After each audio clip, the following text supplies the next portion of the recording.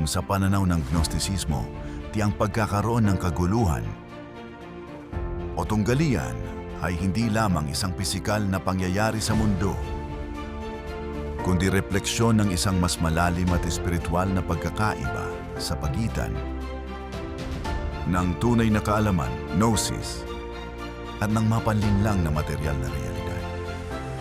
Narito ang pagpapaliwanag kung bakit itinuturing ng mga Gnostiko na ang mundo ay nasa estado ng pagkakaalipin o tunggalian, ang pagkakamali ng demiurge. Ayon sa maraming tekstong Gnostiko, gaya ng Apocryphon of John, ang mundo ay hindi nilikha ng tunay at kataas-taasang Diyos, kundi ng isang mababang nilalang na tinatawag na demiurge o Yaldabaoth. Ang pagkakamali, ang demiurge ay naniniwalang siya ang tanging Diyos dahil sa kanyang kamangmangan. Sa kanyang kayabangan, nilikha niya ang material na mundo bilang isang bilangguan para sa mga spark of light, divine essence, na nanggaling sa tunay na Diyos.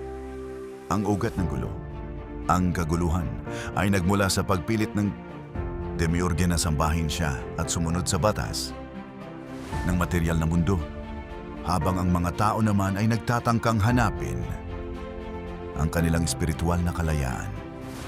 2. Ang pagkakabilanggo ng espiritu, divine spark. Naniniwala ang mga Gnostiko na ang tao ay binubuo ng tatlong bahagi: katawan, materia, kaluluwa, psychic, mental, at espiritu, pneumatic, divine.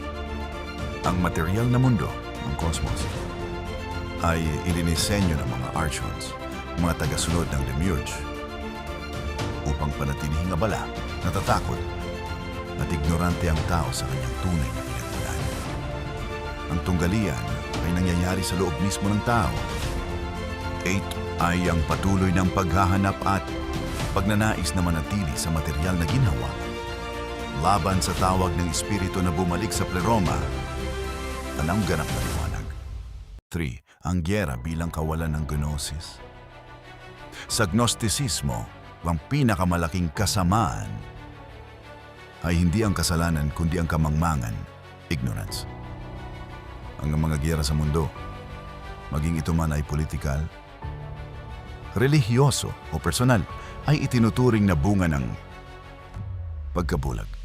Ang mga tao ay nakipaglaban dahil hindi nila nakikita ang kanilang pagkakaugnay sa isang banal na liwanag. Impluwensya ng archons. Naniniwala ang mga Gnostiko na ang mga archons ay naghahasik ng dibisyon, takot at kompetisyon upang pag-away-awayin ang mga tao at mapanatili ang kontrol sa kanila sa loob ng matrix na ito. 4. Ang paglaya, liberation.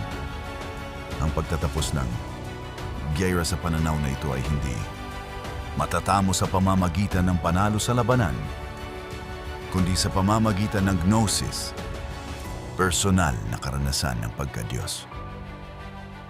Kapag ang isang tao ay nakamit ang gnosis, para sa inyong katanungan, ay magkomento lamang ayon sa iyong pananaw tungkol sa paksang inyong natunghayan. Maraming salamat muli sa pagsubaybay sa channel na ito.